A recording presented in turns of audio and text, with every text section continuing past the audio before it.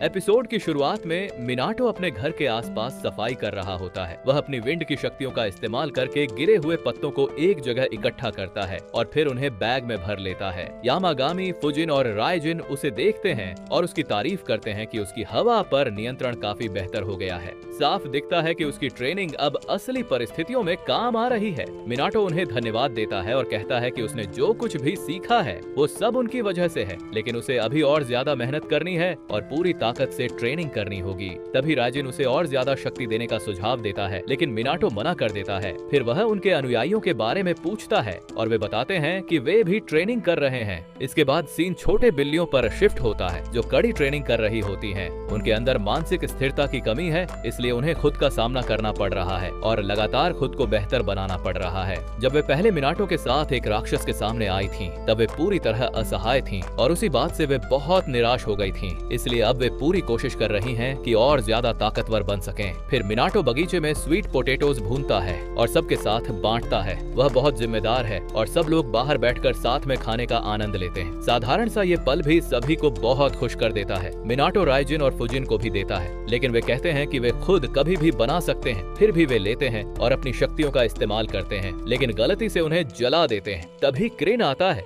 जो दुनिया की यात्रा करके लौटा होता है और अपने साथ दुर्लभ फल लाता है। मिनाटो उसका स्वागत करता है और उसे जले हुए शकरकंद ऑफर करता है, लेकिन किरिन मजाक में मना कर देता है, ये कहते हुए कि कहीं मिनाटो उसे भी जला न दे। यामागामी बताता है कि किरिन को एक खास पेय पसंद है और अगली बार उसके लिए वही लाने को कहता है, जिस पर मिनाटो सहमत हो जाता है। कुछ देर बाद मिस्टर हरिमा आते हैं जो काफी थके हुए लग रहे होते हैं। मिनाटो उन्हें अंदर ले जाता है और उनकी हालत के बारे में पूछता है। शांत होने के बाद हरिमा बताते हैं कि आज उन पर काफी दबाव था और वे मिनाटो से एक खास मदद मांगने आए हैं। वे बताते हैं कि एक बेहद शक्तिशाली इविल स्पिरिट है जिसे सारे ओनोजी मिलकर भी नहीं हरा पाए। अब वे चाहते हैं कि मिनाटो जाकर उसे खत्म करे। हरिमा बताते हैं कि यह सब एक गुड़िया डॉल से शुरू हुआ जिसे शुद्धिकरण के लिए मंदिर में लाया गया था, लेकिन जो व्यक्ति यह अनुष्ठान करने वाला था उसकी मृत्यु हो गई और उसके बाद वह गुड़िया एक दुष्ट आत्मा में बदल गई। अब कोई भी उस आत्मा के पास नहीं जा पा रहा है। मिनाटो हैरान होता है कि हरिमा खास तौर पर उसी के पास क्यों आए। हरिमा बताते हैं कि वह मंदिर इस दुनिया से अलग एक विशेष स्थान पर है, ठीक उसी तरह जैसे मिनाटो का बगीचा है। चूँकि मिनाटो वहाँ रह सकता है, इसका मतलब है कि वह उस दूसरी दुनिया में भी जा सकता है। वे यह भी कहते हैं कि मिनाटो सेक्रेड बीस्ट्स को देख सकता है। ये सुनकर यामागामी बहुत गुस्सा हो जाता है और हरिमा की तरफ तेज गर्मी छोड़ता है, जिससे हरिमा डर जाता है। मिनाटो जल्दी से बात बदलने की कोशिश करता है और यामागामी से पूछता है कि क्या वह अपनी शक्ति से उस दूसरी दुनिया में जा सकता है। यामागामी कहता है कि हाँ, वह ऐसा कर सकता है। उस रात यामागामी हरिमा द्वारा लाए गए मिठाइयों का आनंद ले रहा होता है और उन्हें बहुत स्वादिष्ट पाता है। मिनाटो उससे कहता है कि तैयार हो जाओ ताकि वे वहाँ जा सकें, लेकिन यामागामी जवाब देता है कि वह उसके साथ नहीं जाएगा। मिनाटो हैरान हो जाता है क्योंकि उन्होंने पहले ही यामागामी की शक्ति का इस्तेमाल करके दूसरी दुनिया में जाने का फैसला किया था। यामागामी के अनुयायी फिर बताते हैं कि वे भी मिनाटो के साथ जाएंगे। उन्होंने अपनी ट्रेनिंग पूरी कर ली है और अब पहले जितने कमजोर नहीं रहे। अगली सुबह मिनाटो उनके साथ यात्रा पर निकल पड़ता है। वे उस जगह पर पहुंचते हैं जहां छोटे छोटे जानवर होते हैं। वहां उन्हें स्वादिष्ट पैनकेक दिखाई देते हैं और उन्हें खाने की इच्छा होती है। मिनाटो उनके लिए पैनकेक खरीदता है और सब साथ बैठकर खाने लगते हैं। खाते समय उन्हें एक कौवा दिखाई देता है जो मानो उन्हें रास्ता दिखा रहा हो। वे उसका पीछा करते हैं और एक खास जगह तक पहुँचते हैं। सेरी कहती है कि इस बिंदु के आगे अशुद्धि बहुत ज्यादा है। मिनाटो कहता है कि वह पहले जाएगा क्योंकि यहाँ तक कि कौवे भी उस जगह से दूर रह रहे हैं। वह जगह इतनी दूषित है कि कोई भी उसके पास नहीं जा सकता। फिर भी मिनाटो उसे देख पा रहा है। मिनाटो फिर हरिमा से संपर्क करता है और बताता है कि वह मुख्य द्वार पर पहुंच चुका है जहां एक रक्षक मूर्ति है। हरिमा जवाब देता है कि वे पीछे के द्वार पर तैनात हैं और उसके बिना कुछ नहीं कर सकते। यहाँ की अशुद्धि इतनी ज्यादा है कि कोई पास भी नहीं जा सकता। वह मिनाटो को चेतावनी देता है कि ज्यादा जोर न लगाए, अगर कुछ गलत हो तो तुरंत भाग जाना। मिनाटो उसे भरोसा दिलाता है कि वह अपनी पूरी कोशिश करेगा। वह दरवाजे पर हाथ रखता है, लेकिन अचानक कोई शक्ति उसे पीछे धकेल देती है। तोरिका समझाती है कि इसके आगे दूसरी दुनिया है और उन्हें रास्ता बनाकर अंदर जाना होगा। हिम्मत जुटाकर वे दरवाजा खोलते हैं और अंदर प्रवेश करते हैं। अंदर जाते ही एक दुष्ट आत्मा प्रकट होती है और उनका पीछा करने लगती है। मिनाटो अपने कागजी तावीजों से हमला करता है और छोटे जानवर भी उसकी मदद करते हैं। मिलकर वे कई बुरी गुड़ियों को हराते हैं, लेकिन फिर एक और गुड़िया आती है जो अकेली होने के बावजूद बाकी सबसे कहीं ज्यादा शक्तिशाली होती है।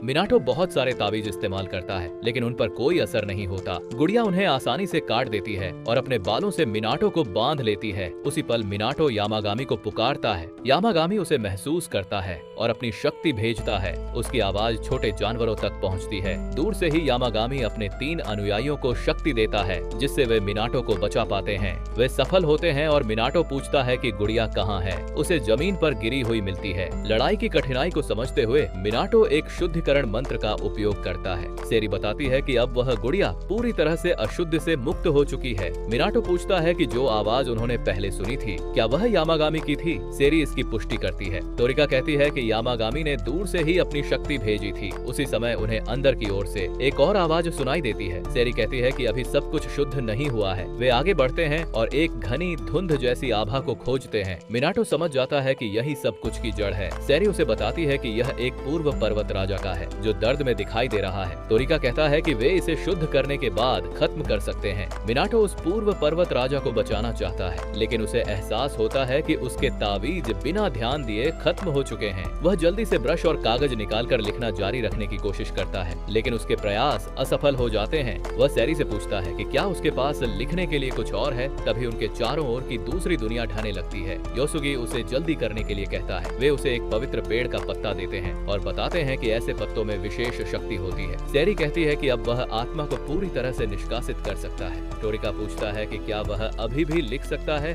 मिनाटो पूरी तरह थक जाने के बावजूद लिखना शुरू करता है। उसने पहले ही बहुत कुछ लिख लिया है, लेकिन वह खुद को आगे बढ़ाते हुए इसे पूरा करता है। आखिरकार जादू सफल हो जाता है, लेकिन समय कम है। मिनाटो सबको तुरंत बाहर निकलने के लिए कहता है। बाहर हरिमा को एहसास होता है कि मिनाटो अभी भी अंदर है और वह अंदर जाने की कोशिश करता है, लेकिन उसके साथ मौजूद रक्षक उसे रोकता है और चेतावनी देता है कि अगर वे अंदर गए तो वे भी उस दुनिया में समा जाएंगे। दूसरा व्यक्ति भी उसे ऐसा करने से मना करता है। इस बीच मिनाटो यामागामी के अनुयायियों के साथ बाहर निकलने में सफल हो जाता है। सेरी उसे जल्दी करने के लिए कहती है, क्योंकि अगर वे देर करेंगे तो वे भी ढहती हुई दुनिया के साथ गायब हो जाएंगे। सौभाग्य से वे सभी सुरक्षित बाहर आ जाते हैं। मिनाटो सेरी से पूछता है कि वे कैसे बच पाए। तभी फुजिन और राइजिन वहां पहुंचते हैं। फुजिन कहता है कि उसने पहले ही कहा था कि मिनाटो इतना मजबूत बन जाएगा कि चाहे तो एक घर को 2 हिस्सों में बांट सकता है। मिनाटो जवाब देता है कि उसके पास कोई बहाना नहीं है, लेकिन फुजिन उसे रोकते हुए कहता है कि उसे अभी बहुत आगे जाना है। इसके बाद सीन बदलता है, जहां हरिमा मिनाटो को धन्यवाद देता है। मिनाटो विनम्रता से कहता है कि उसे खुशी है कि वह मदद कर सका।